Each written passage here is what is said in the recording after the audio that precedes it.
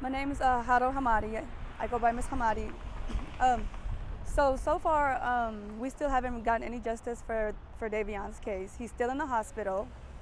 They finally lifted his do not announce, so I was able to see him finally, and he's alive. He's still with us, but he's scarred. He's scarred all over. He has scars all over his stomach, and he still did not deserve what he got. Davion was not in any way trying to harm me. He was trying to take me home, get me in a vehicle. As you can see, I do not look like I've been beat up. I do not have any bruises anywhere on me, on my face, and he claimed I was being physically abused. No DV unit spoke to me. No DV unit took pictures of me to back up this domestic violence that was going on, that they claim was going on. The story is still the same. The officer did not announce who he was. He did not let us know that he was a sheriff or any type of off-duty officer. I wasn't aware of him being a cop until after I was released from questioning and went to the hospital to go see my son's father. That's when the article fell, and that's when I found out. So the whole time they were questioning me, they knew that this person was an off-duty officer, but they did not tell me anything about it. They didn't tell me anything about it. And I told them, I did not know he was an off-duty officer because he did not announce himself as an off-duty officer. Davion needs justice. It's not fair. He needs to be charged. He needs to be arrested. It's not fair at all. It's not fair. He wasn't even aware of his surroundings because I was behind Mr. Sherman. So if he would have missed that bullet from Mr. Sherman, that bullet would have hit me. He wasn't aware of his surroundings. So who was he trying to protect? It couldn't have been me.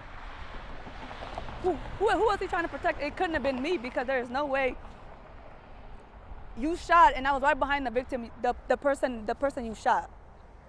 But I'm supposedly the victim, and I'm telling you to put your gun down. I am not in any type of danger. This is my son's father. If I'm telling you, me as the victim is telling you to lower your weapon, and that he's not any type of threat to me, you should have did just that, or you should have never made that U-turn to come back to the incident if you already called for backup.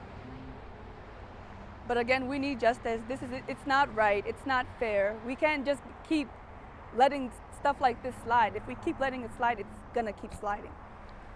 The question I have for you is, how are you doing? Because you witnessed the shooting. I you did. Were there. It's been hard for me to sleep. I keep seeing the image of him being shot and hitting the ground, and I witnessed that whole thing.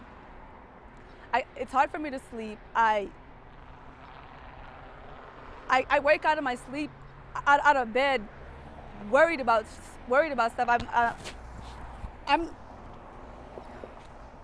don't even know how to say this. It's traumatizing. Like seeing someone you love being shot right in front of you. It definitely traumatized me, and I think about it every time.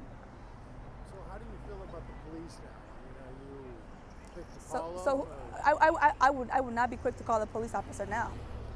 Now I would not be quick to call a police officer because the ones that are supposed to protect us are the ones killing us, or the ones shooting at us. The ones that are supposed to serve and protect are the ones killing us. So how am I supposed to feel safe to call you if you're the one doing the shooting? For no reason at that. For no legitimate reason. Anything else you'd like to say? I just hope Davion Tyree Sherman gets the justice he deserves because it is not right. Have you thought about a civil lawsuit against the officer? Mm-hmm. Yes, I have, and we'll get more into detail with that later. But they definitely did a lot of damage. He did a lot of damage, not only for me but for Davion's family, his mom, his sister. He has family. He's definitely did a lot of damage. Has he missed work now? Who? Yes, he has. He's missed a few days of work. So my name is Jobina Lloyd, Jobina, Lloyd, Lloyd. We're out here protesting by the Douglas County Sheriff's Office because of the shooting of the young man that was totally unjustified. But of course, they ruled it as a justification. So we're out here last Saturday, early morning, 4:50 a.m. An off-duty officer decided he wanted to bust a U-turn and intervene into an argument And once he intervened, he was out of his car 10 seconds, almost 6 is what I seen on the video. He was out of his car 10 seconds and fired a shot. Shot the young man in the chest. We waited all week for the for the officer's name to be released. Once it was released, the next day they decided to file no charges. So the officer said that he thought the girl was being kidnapped. He thought she was being assaulted, beat up. Clearly, if everyone has seen the news and seen the other videos of the young woman, she ain't got a bruise, not a knot, she ain't even got a broke fingernail. And she clearly stated she wasn't being assaulted. She said that they both told the officer when they seen him, hey, this is my baby's father. He's just trying to take me home. He said the same thing. 10 seconds later, 6 seconds later, he was shot in the chest. If you watch the video that is currently on Facebook under Robert, what is it under? Two Poop the Great. Tupac the Great, the goat or the great? Tupac the goat or the great? I'm not exactly sure which one it is. The goat. Tupac the goat. You can clearly hear that the officer did not announce himself until after he fired the shot. Hollering, I'm a police officer, I'm a police officer. We are tired of being target practice. We are tired of being beat, shot, drugged, talked to like you're crazy. That's how they do us blacks up here in Omaha. And that's why we're here outside of the Douglas County Sheriff's Office, because the sheriff decided to push the buck onto our county attorney. And of course, we already knew what he was gonna do. So that's why we're here.